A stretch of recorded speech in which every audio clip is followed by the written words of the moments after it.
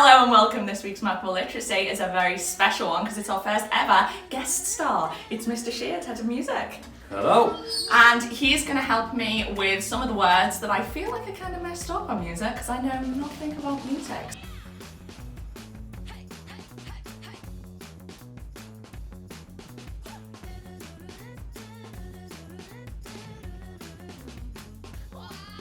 So, which words do you want to talk about today, Mr. Sheard? So we'll go pulse.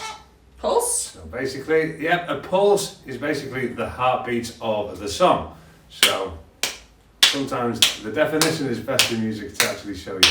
Okay, so basically, as you say, it's a heartbeat, anything that stays time. Doesn't speed up, doesn't slow down. So always but steady. It's just a constant steady beat. How we define it in you, sorry, a steady beat. Excellent. Okay, wonderful. If you could just fill in the frame model for pulse. Now I'd just like you to, in your own words, write a definition for pulse. Also make a note of some of the characteristics of a pulse in music. Some examples and some non-examples. Now, I'd also like you to come up with your own dual code today. So if it was me, I would do like a little heart, but whatever makes sense to you for a pulse, just a little really simple symbol that's easy to recreate. You might prefer to go for something to do with the steady rhythm and the fact that it doesn't change, whatever makes sense for you. Okay, let's have a quick look at what I've put. So definition, I've put a steady beat. Characteristics, it stays the same and keeps time. I've also put that it's called a pulse because it's like the heartbeat of the piece of music. Examples, I've put any steady beat that stays the same throughout the piece of music. And for non-examples, just anything that changes really, because it's very much got to be steady. That's its main characteristic. And what's our second? Next one, pitch, is obviously how high or how low a sound is. It's as simple as that. Excellent. And if you could just fill in the frame model for pitch. Now if you could put together a quick frame model for pitch. You don't need to write it in the same way as this. You're welcome to bullet point it. Just a quick definition, some characteristics, some examples and some non-examples, and also a little dual code which to you indicates pitch. Here's what I've put. So I've put definition as a high or a low sound, or how high or how low a sound is. Characteristics, I've put that the extremes of pitch can sound silly. So if something's really high pitched or if something's very low, it can just seem a little bit over the top, cartoony. And I've also put that singers have pitches that their voices are more suited to. And so if you wrote a piece of music, you might try it with different pitches of singer to see what effect that would have on the song. Examples, some people have high-pitched voices, some people have low pitch usually sounds more serious. And a non-example there, I've put volume because it's not pitch. And your next one? Next one is a tombra, and that's to do with the tone quality, the sound of the instrument. So how you can distinguish between, so the sound of a violin is different. The sound of my voice is very different to the sound of Miss Muckland's. So it's just the fact that we can tell that difference. Yeah, so what is the tone tone, it's the sound? Sometimes they call it the tone colour, but it's Tone the sound. colour. Yeah. Oh, okay, that The kind of makes sense to me. dead easy one is to close your eyes and you say, right, what am I going to do? I'm going to clap my hands or stamp my feet.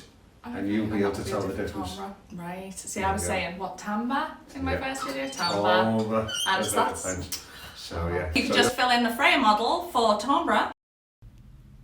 Now if you could do a dual code for timbre.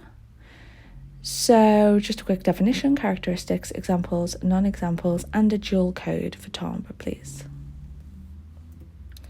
Here's what I've put. So for our definition, how you can tell the difference between sounds made by different instruments or voices. Characteristics are that all instruments and voices have different timbre.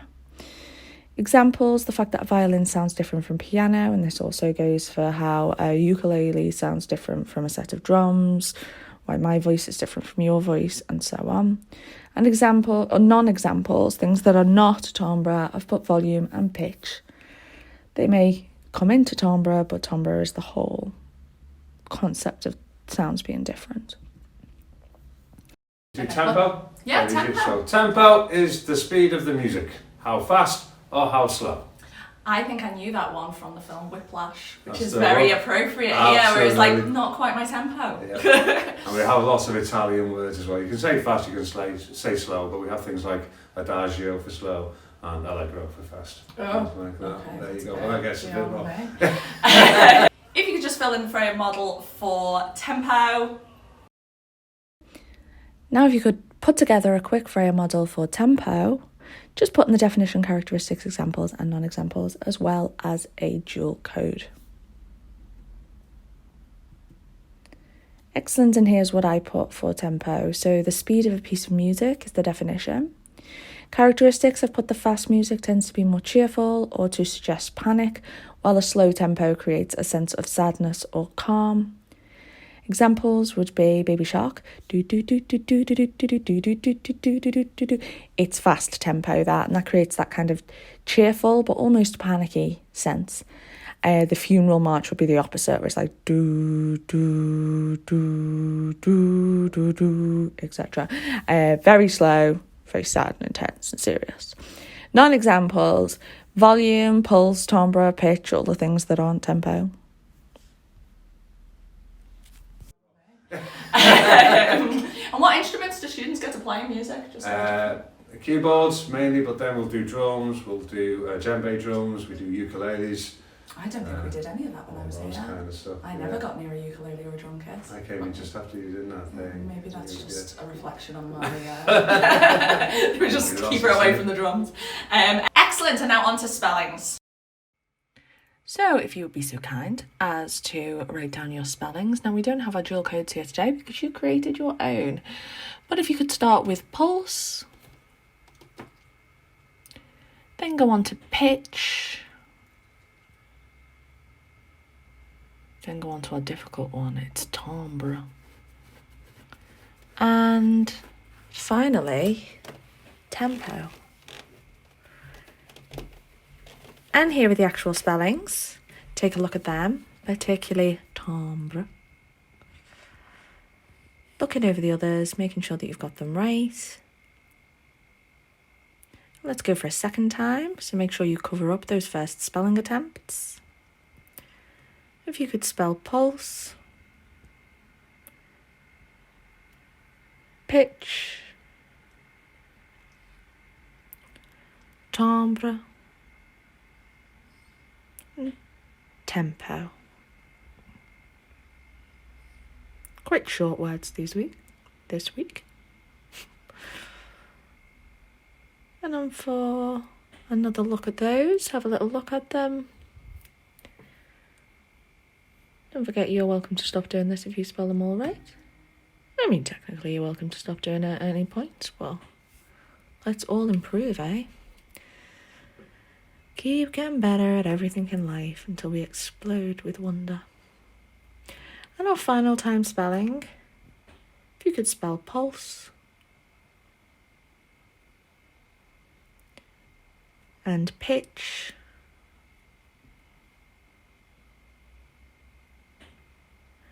and timbre and finally tempo. Wonderful, and now all that's left is for me to ask you to create a definition along with your dual code with the correctly spelled words for this week. Excellent. Well, thank you, Mr. Sheard, for this week's, and next week we will have part 2 with some more words. Thank you for joining us for another week on Macamo Literacy. If you enjoy starting with a word and then ending up in a rambling journey to who knows where, then I suggest that you hit like and subscribe. Also, if you just want to be a pal, like and subscribe. See you next week.